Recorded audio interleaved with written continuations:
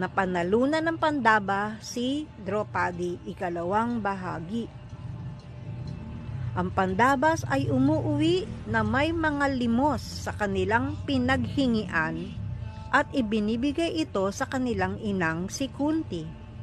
Kaya nang manalo si Arjuna sa paligsahan ng kasal para kay Draupadi, nagdesisyon si Bhima na magpatawa. "Inay, halika at tignan mo kung anong mga limos ang nauwi namin," sigaw niya. "Siyempre, dapat ninyong ibahagi ang mga limos ng pantay-pantay," sigaw pabalik ni Kunti sa loob ng kanyang tahanan. Pagkatapos, lumabas siya at nakita si Draupadi na nagbigay kay Kunti ng isang mahiyain at nalilitong ngiti. "Hindi ko na maaalis ang aking mga salita," sinabi niya sa kanyang bagong manugang. "Lahat ng 5 kong anak ay magiging iyong mga asawa. Kailangan nating ipaliwanag ito sa aking ama," sabi ni Draupadi. At siya ay humantong sa 5 Pandaba pabalik sa kanilang palasyo. Nahulaan na ni Haring Drupada kung sino ang mga 5 Brahmana na ito.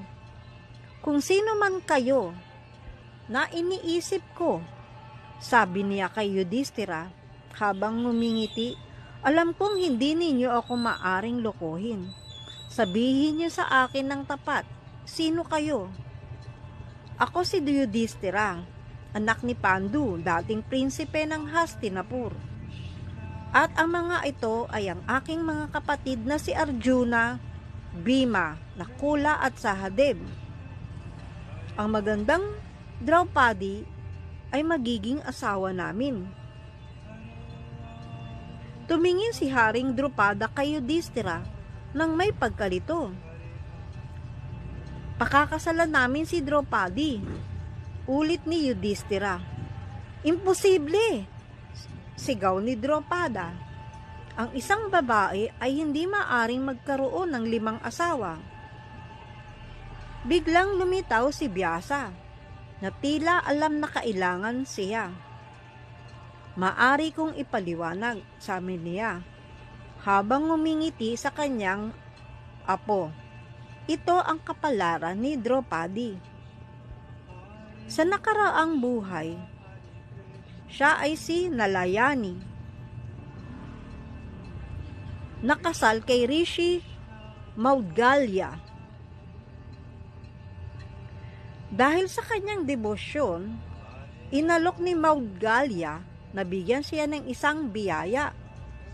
Hiniling niya na makipag-ugnayan siya sa kanya sa 5 iba't ibang anyo at ginawa niya ito. Nang maglaon, nang iwanan ni Maudgalya ang mundo, nalumbay si Nalayani. "Gusto ko ang aking asawa, asawa, asawa, asawa, asawa." Napabuntong hininga siya. Iniisip ang 5 anyo ni Maudgalya. Ngayon ay tinupad ng mga Diyos ang kanyang kahilingan. Narito pa ang isang kwento tungkol sa nakaraang buhay ni Draupadi. Siya ay isang babae na walang asawa. Kaya't siya ay nanalangin kay Shiva, "Bigyan mo po ako ng asawa na palaging magsasabi ng katotohanan," sabi niya. "Bigyan mo po ako ng asawa na makapangyarihan at malakas. Isang asawa na bihasa at walang takot. Isang asawa na matalino at gwapo." Lumitaw si Shiva.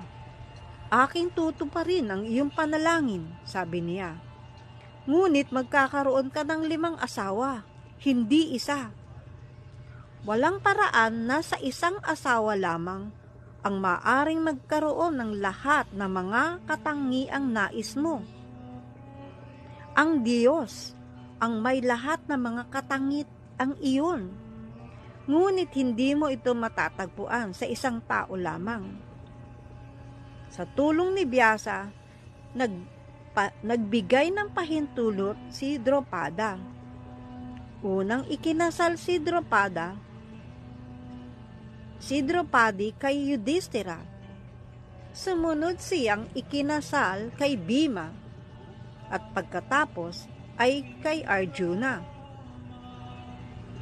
Sa wakas, ikinasal din siya kina Nakula at Sahadev. Pumayag si Draupadi na gugugol ng 1 taon kasama ang bawat isa sa mga Pandava bilang kapalit kung sino man sa mga kapatid ang lalabag sa kasunduang ito. Sa isip o sa gawa, siya ay mapapalayas at kailangang magsagawa ng pilgrimage upang tubusin ang kanyang sarili.